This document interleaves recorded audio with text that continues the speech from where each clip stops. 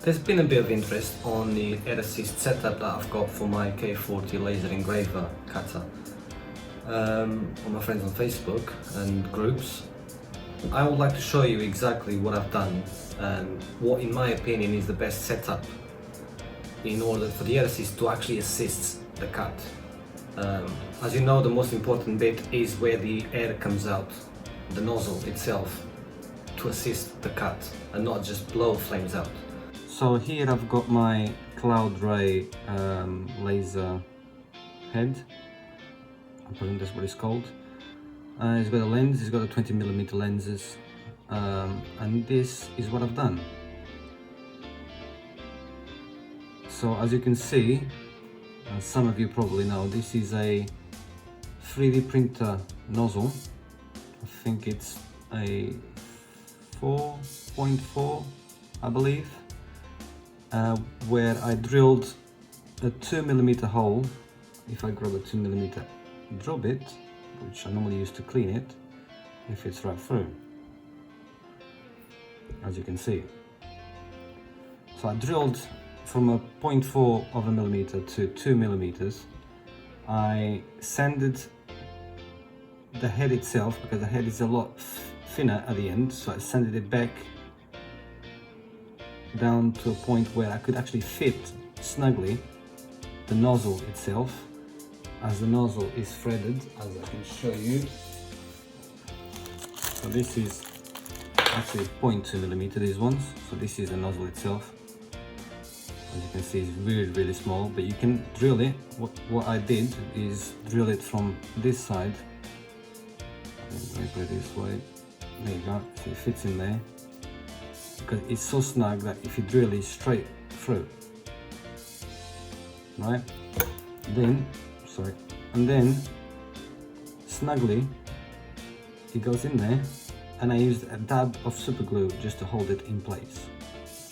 The only cleaning you have to do is when you do clean your lenses, as a general cleaning, grab yourself the same 2mm drill bit, put it in, and just twist until it's free. You do have to clean it a couple of times every week, depending on how much you cut. To show you the rest of the setup, which is not as important as this, because this, as it cuts, as you know, it actually assists. The air is directed exactly to where the laser is hitting, so it helps cutting and removing any debris, and you will get clean cuts, like for example like this. So that's straight off the laser. As you can see, there's no burn marks whatsoever. It's clean cuts. It doesn't leave no tar whatsoever. And this is cuts straight out of the laser. It hasn't been sanded at all. I'll show you the other side of these cuts. As you can see, very clean cuts.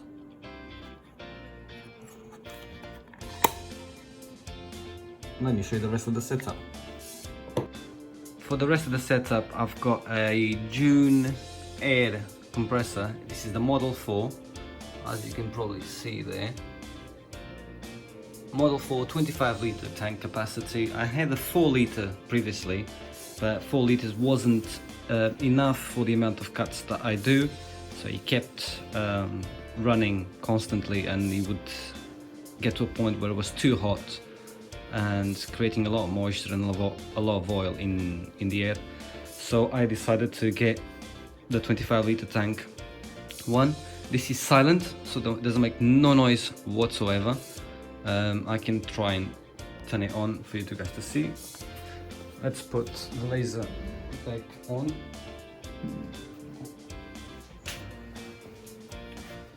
So this is my setup. The air line comes through the back and it goes onto the laser. So if you put that on,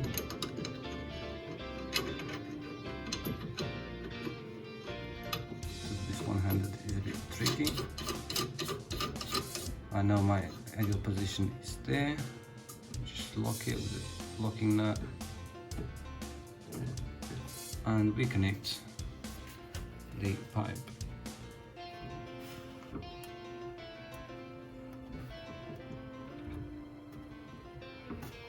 like so.